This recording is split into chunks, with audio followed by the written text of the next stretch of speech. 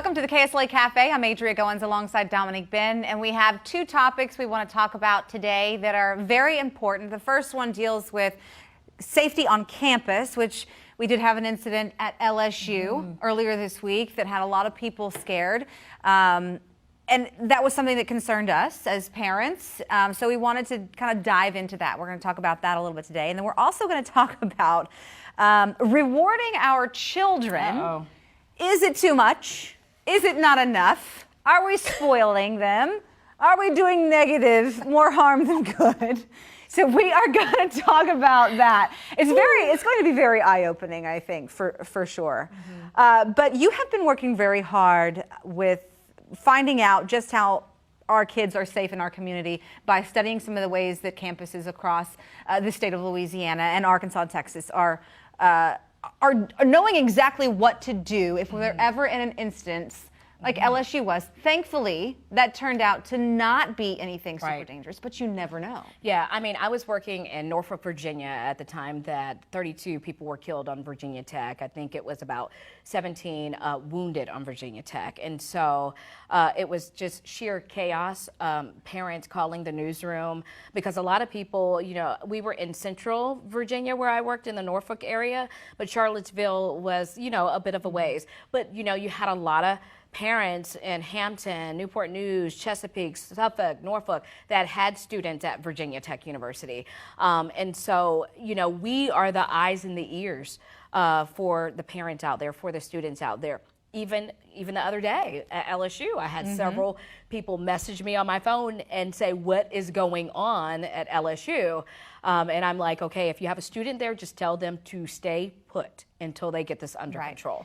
And I think one thing I thought was very interesting that a lot of people were very confused whenever LSU sent out that alert to its students, you know, got emails to every student that signed up for that. And it was run, hide, and fight. And a lot of people were questioning the whole fight instance, but that is protocol. That's what they recommend you to do. It's basically fight for your life. Yeah, just basically don't lay down and die. Fight. And so it really put it in perspective when I saw that tweet, run, hide, and fight, because I thought if I had a child at that school, you know, parents were still dropping kids off at LSU. So, you know, it was kind of, you know, people were out playing Frisbee, the way they described it, after everything, you know, got under control. But I was thinking, wow, if I had a student there and that came on the alert of run, hide, and fight, and I hadn't been in contact with my child, or they were in Coates Hall,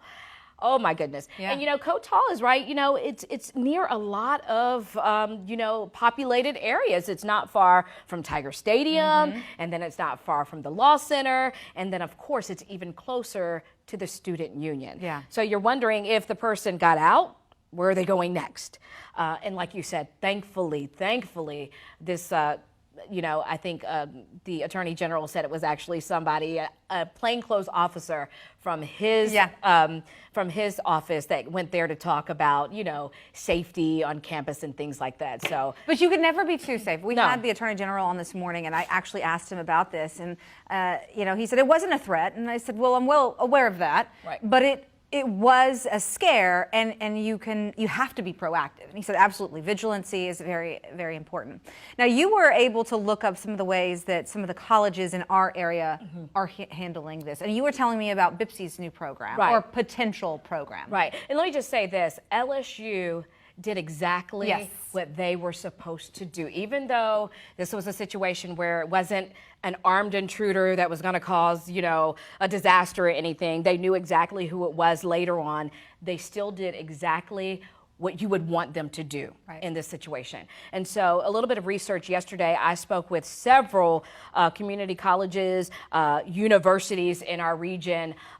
We've got you all covered from Arkansas, Texas, and Louisiana. And basically all of the ones that we spoke with have the same protocol as LSU. They're going to text you, they're going to email you, and they're going to phone call. Now, this is only for the student because the student's information is in, the mylsus.edu page that they go to, or the MyNSU page. That information where your student information is, that phone number in there is where they're going to send that text alert. So that's another thing. Make sure that you have the correct phone number in there, and you can update that at any time.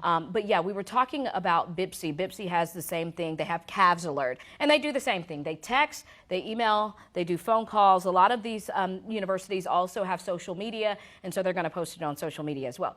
The interesting and unique thing about BIPSI is this fall, they're going to go in front of the Student Government Association, and they're going to bring a proposal to bring cameras, surveillance systems on campus. That needs to be approved by SGA first, though. Right. So that could be coming. That is a proposal, and that should help parents rest a little easier at night, as well as students, faculty, and staff as well. In the spring, this is unique, and this is something I had never really ever heard of, and I think it's genius. They're going to send a proposal to the student government for keyless entry. So it basically gives the campus officer the ability to lock down the outside doors with the touch of his cell phone. Wow. And so I think that's great because you have so many buildings on BIPSI, and that's a community college, and even these bigger universities that have even more buildings, you can do that like that instead of running to each building. So for example, if BIPSI has building A, B, C, and D, he can lock it down with the touch of a cell phone. And he can also lock down separate buildings, right? Yes, Possibly. it would be external, yes. Okay. The internal would have to be done by the teacher. Now, what they have right now is they have an intercom system to where they can talk to each building individually or collectively, or they can single out a building. So if there is an intruder in building A, they can talk to building C, B, C, and D and say, go into the alert. Right. Do this or Seek do that. Shelter now. Seek shelter. Find a place to hide. Run, hide, fight. Yeah. And then the building A would not hear it if that's where they feel the intruder is. Oh, wow. So I think that is some advanced technology. I think a lot of other schools are probably going to be getting it. And then in the fall, right now they have the proposal. This is another proposal that they're going to bring in front of the Student Government Association, is to install security cameras out there, or surveillance cameras. Why aren't more schools doing this then? I mean, that's brilliant. Money. Okay. Money. Yep. And this is a reason that BIPSI, they kind of spelled it out for me, is that, we're tight. All colleges around the country are, they're trying to hold on to those dollars, or they don't have the dollars to spend. And that's why they have to go in front of the Student Government Association, because the fees that are collected from the students would help pay for that. And BIPSI has a Student Government Association that has supported them in the past. They have a great relationship with the faculty and the staff members and the administrators, because it was the Student Government Association at BIPSI that also approved call boxes. So the call boxes that you see at BIPSI, if there's an emergency, if you have a night class and somebody's following you or whatever, you need to pick up that phone, and it automatically, somebody comes on the line, how can I help you? Is this an emergency?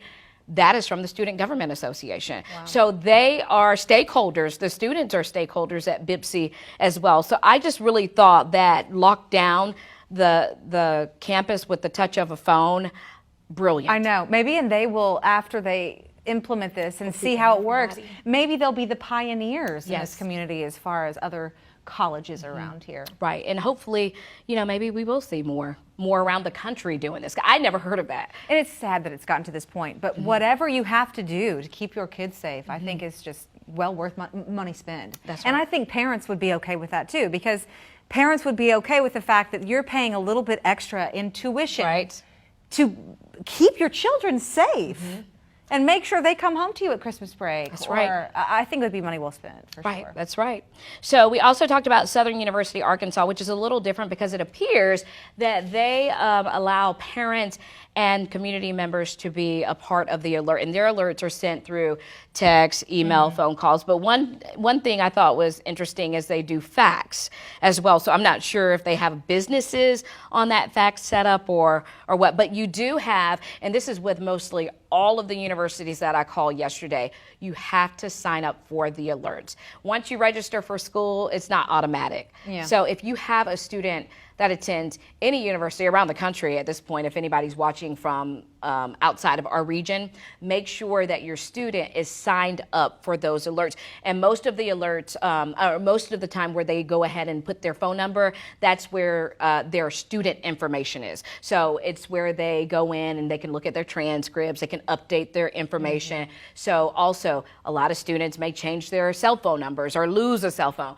If you have your old cell phone number in there, make sure you go in there, take out the old cell phone number, put in the new cell phone number, save it. So when you save it, LSUS, they download the student information every night. So you don't have to worry about it being old and, oh, I have to wait until the next semester for it to update. It updates within 24 hours. Wow, that is so crazy. Yep. And their system is called RAVE. The LSU Shreveport system is called RAVE. That's what most colleges use, and that's just the system. It's called RAVE, but they just kept the name RAVE. But other schools, they change it kind of to outfit what their university is. So, for example, we talked to Wiley. Theirs is called the Wildcat Alert. Then you have the Cavs Alert for BIPSI. Then you have the Purple Alert for NSU. And then Grambling has a system called Everbridge system. So that may be a different system from RAVE, but it does the same thing. It does the email, the text message. And most of them, because we are in an age where students are on social media, they are putting these alerts on social media as well. Yeah, and I think it also is very important for parents of kids at these colleges to ask your students or your child, I want to know what you know about these emergency systems. Tell me what you need to know. Make sure you're signed up.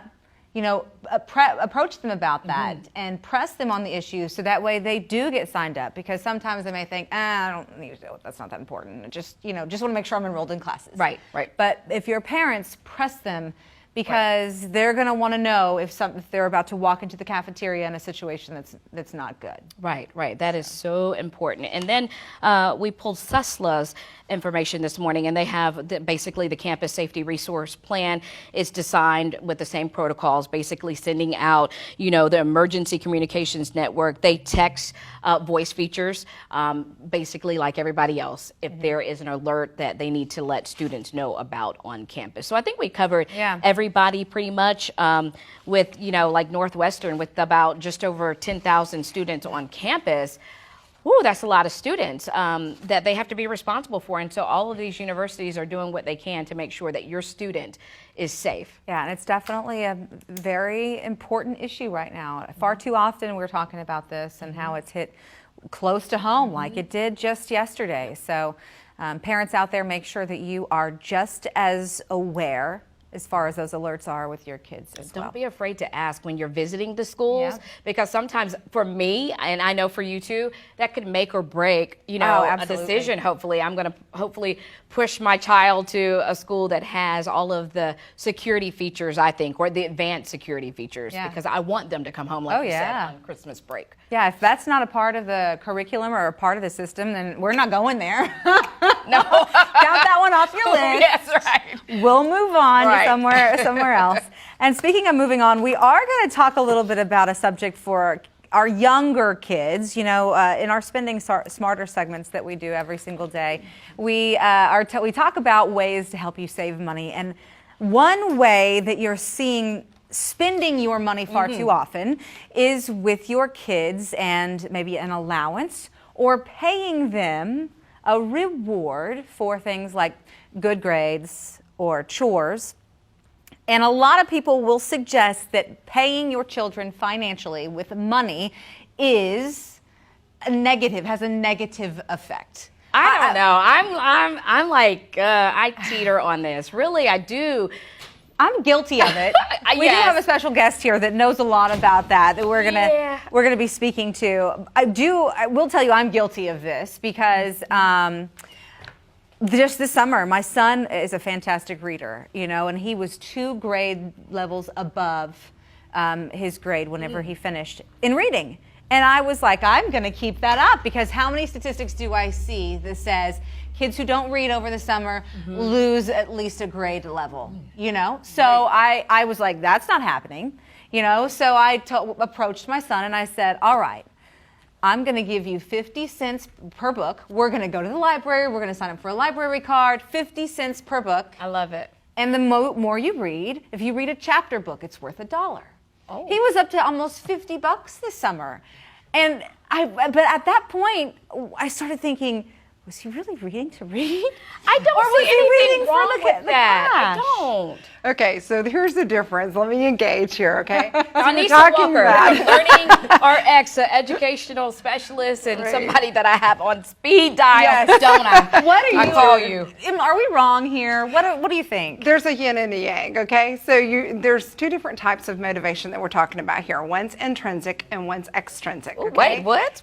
Intrinsic motivation and extrinsic motivation. And these are the two primary motivations. When a child is young, they primarily use extrinsic motivation. So this is where you're rewarding. Right. This is, give them treats, give them, these little things. You get it. But you want that process to become a longer and longer process. You want that to have a longer tail because you want it to start converting to intrinsic. I do it because I should do it. I do it because I get internal reward from it. So you want to move from you're getting a quarter or 50 cents for every book to I read for the love of reading. Okay. Right. So you can start there, but you have to be very careful about how you do that.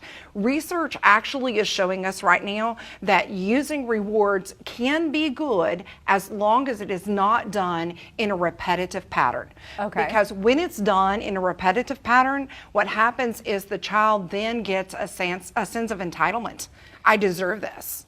And because we were just having this conversation in the newsroom where her can I tell them this? Yes, her husband, my husband, not me. He goes to the store. She was telling me how he goes to the store, and every time he goes to the store, he comes home with a gift for his daughter, and she now expects that. Yeah, correct. Every time. And it's an inexpensive gift. Sure. But I mean, she has him wrapped around his finger. Exactly. And so, every time he comes back, it's, would you bring me, Daddy? You know, me, not so much. Yeah. I do reward, but I reward based on what you do, kind of like Adria. So there's a safe place, and honestly, we all do that to our kids. We reward our kids, but it is better to do it sporadically than all the time, because if you start doing it all the time, it becomes a pattern, and you have to keep up, and it's an addiction pattern in the brain. Can I break that You now? can, but it's really tough, okay? So it's really tough. It's better now than you wait till later, because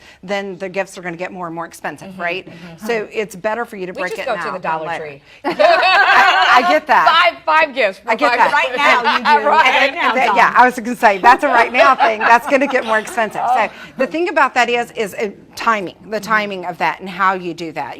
Some parents, like I brought some stickers to kind of show you guys, because a lot of parents will use, sticker rewards, okay? And sticker rewards are okay. They're a good thing. But again, you need to do, what are you doing it for? So the best thing to start with is an expectation chart. And to be a part of a family, you need to start with what are your expectations, and then this is what I expect you to do, and you do this, then you can be rewarded for you accomplishing. Do you have to reward them every single time they do something? It's better for you not to. It's actually better for you not to, because all the statistics and research are showing us that the inconsistent reward actually makes them work harder.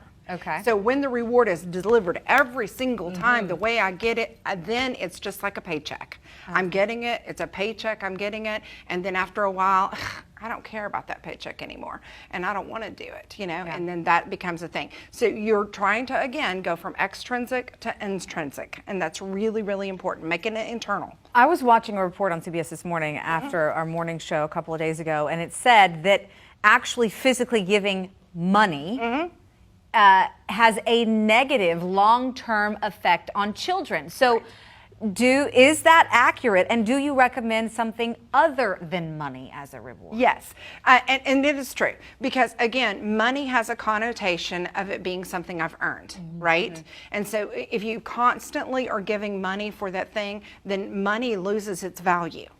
and it's expenditure. And so let me use the tooth fairy for an example, okay? So you start with the tooth fairy and you give a quarter, and then the next time you give a quarter, and the next time and so every time I lose a tooth, I deserve a quarter, right?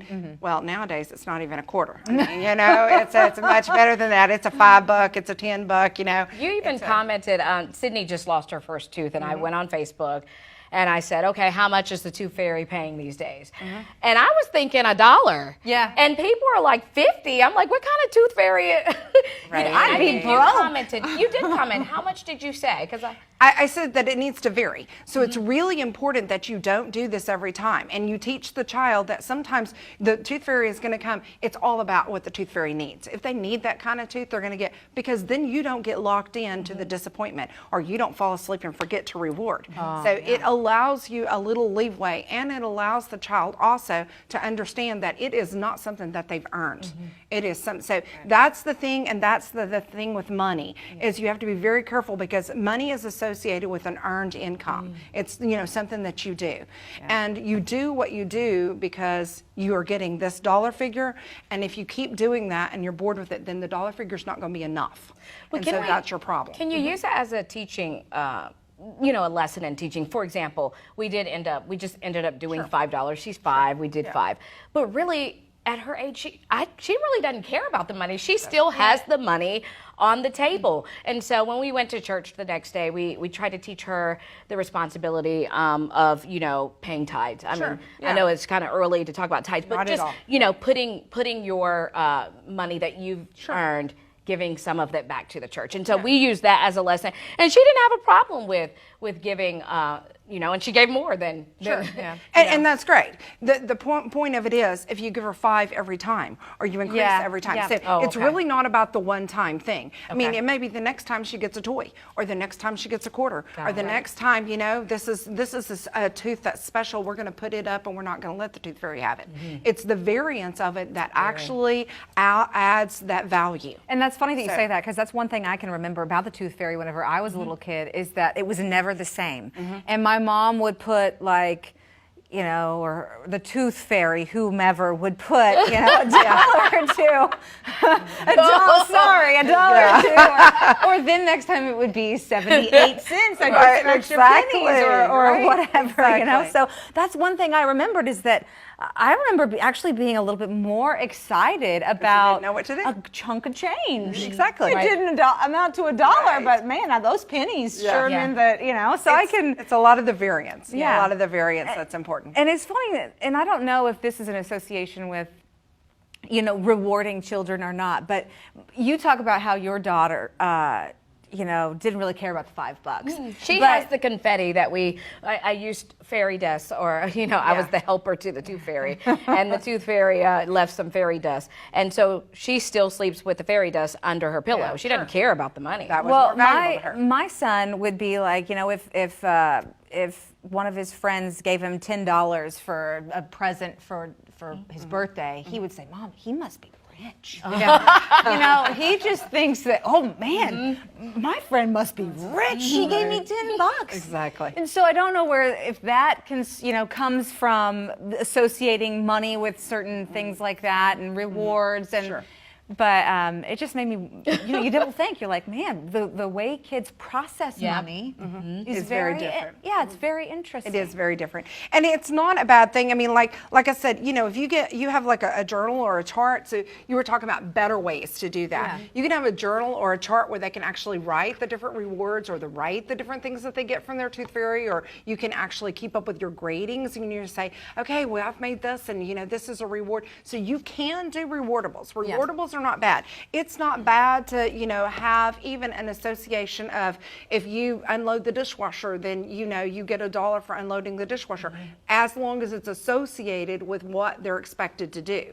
It just has to have an expectation attached to it, okay? And so when you're rewarding, and your expectation of, I want an A, well, what if the child is not able to achieve an A?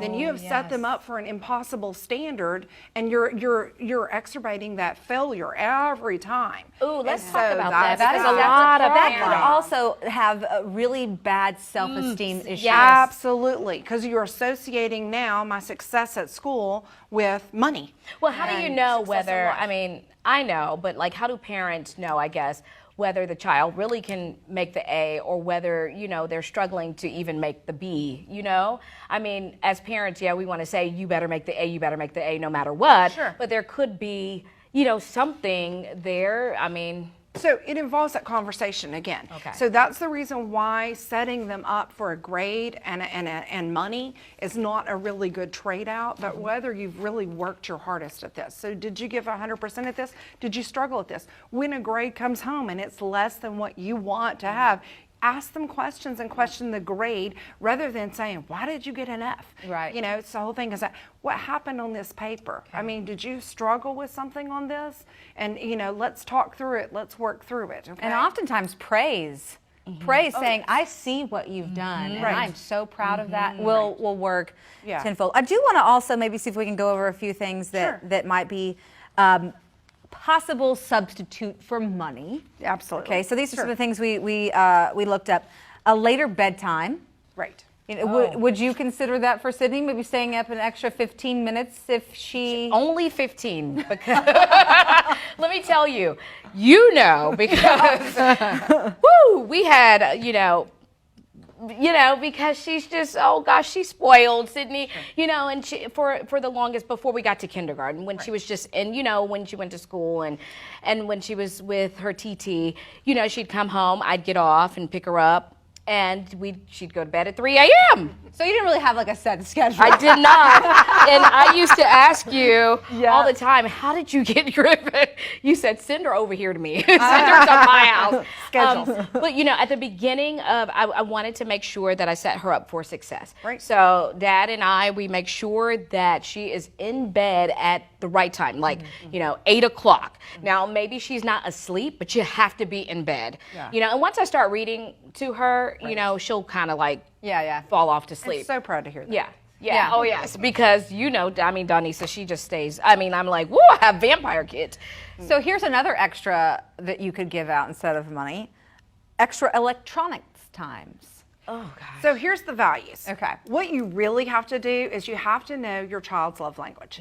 You have to know your child's actual way that you're rewarding them, because some children it is gifts, and some children it is time, and some children it is those two. So you really need to understand what is the rewardable for your child, and that's the same area that you can actually use for punishment for your child to do that. So it's really important to understand that, because if you understand that, and the best way to have that is that conversation. Now, when they're itty bitty, it's hard to have a conversation, but they do have they do have the checklist. Dr. Carrie Chapman has the checklist, and you ask the kids in your 5 love languages. Okay, so which would you prefer? A hug from mom or a hey, you did a good job? And then once you go through, you can establish what your child's love language is and choose those rewards that are going to be. Prime example, I had a redheaded little one, okay? I could punish that kid. I could bust his behind. I could, ground him from his toys. I could, do any. He did not care. He did not give a flip. Some kids don't. Now, he didn't wanted his bath. And for the longest, I was like, what is the deal with his bath? And it was because he had my quality time. Couldn't leave him when he's in the bathtub. Had to be right there with him. He's playing his toys. I had to engage, because if you turn your head, your kid might drown. Right. So, right there. So what was he getting was what he wanted from me, which was quality time. But it took me a while to get that, is understand that he wanted me. And so the valuable time of bath time was he got me 100% dedicated. Yeah. Right? Isn't that crazy? Yeah. So son. understanding what is the value for them and what you can use. And so when he would not behave, that was what I would be saying. Okay, get it together, Gabriel, or you're having a shower tonight. All of a sudden, we got it together. That is exactly That's my the son. thing, My yeah. son just craves attention because he does have a younger sibling, and she's still 2. She has to be cared for quite a bit more than he Right. does, and he gets a little bit jealous. Oh, And so he wants quality time with his parents. absolutely. And I can tell that if he does something wrong, that's the first thing that I take away. Like, no, Mom, we're not playing Legos tonight. We're not building Legos tonight and he just flips out, Right.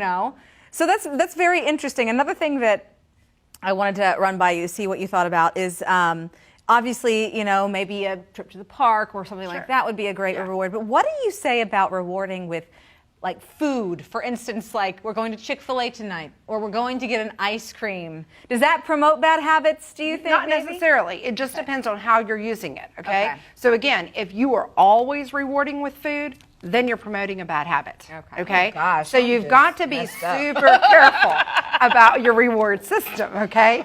You want to make sure that your reward system is not always money or always... Aren't you glad we did this, Dominique?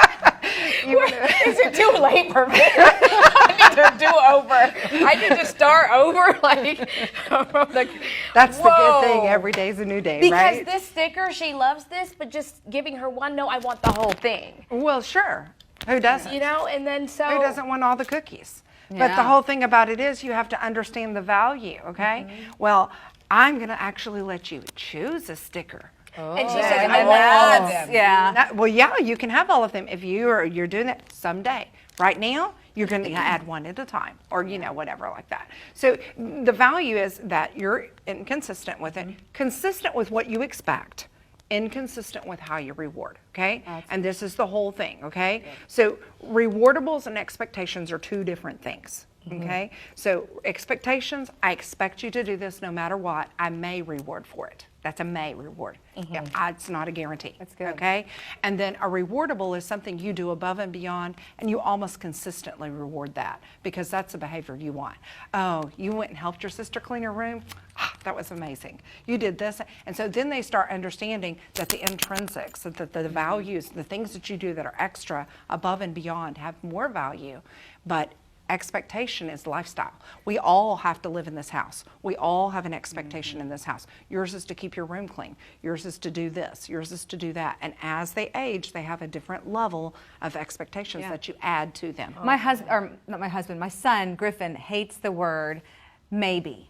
Because he'll say, Mom, can I have 2 cookies?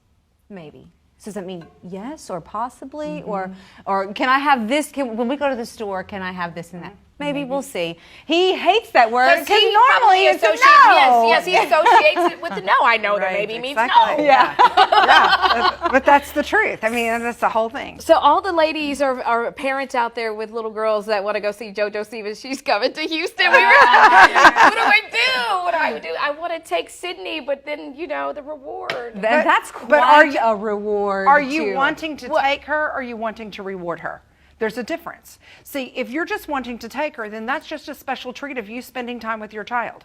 And so you don't have to use that for a bribe or a reward. No, okay. You can absolutely say, Sydney, this is coming and I want to do this for you. Mama would really appreciate you being good so that we can go and do this without having, angst to do that. But don't tie that directly to, if you don't do good, I'm not going to. Because then, if she doesn't do good, you're going to have to follow through, and you've already paid for the tickets. Yes, and I do that quite often. That's something that I struggle with because my son wants one of his good buddies to spend the night with him Friday, and I said, you cannot get it in the yellow, basically, at school. You have to stay in the green all week long, and we have a system on my phone that alerts me whenever he gets in trouble. Right. And I got this alert where it said, oh, we lost a point at school. And I thought, oh my gosh, I've already set this up. What am I going to? Well, luckily he managed to get himself back out of it and get back up into the green level again. But had he not, I was going to have to call this mom and say, I'm sorry, my kid got in trouble. I am so glad that, I'm sure my mom, they knew about the reward system and everything. But honey, when I talk, I just love to talk.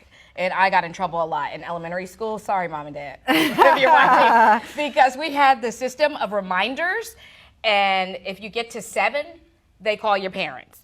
And I was on 6.5 every day by 11 o'clock, and we got out at 3. So I'm just so thankful we didn't have smartphones back then because they would be getting an alert. And rewardables are not bad. Reward systems are not bad. Reward charts are not bad.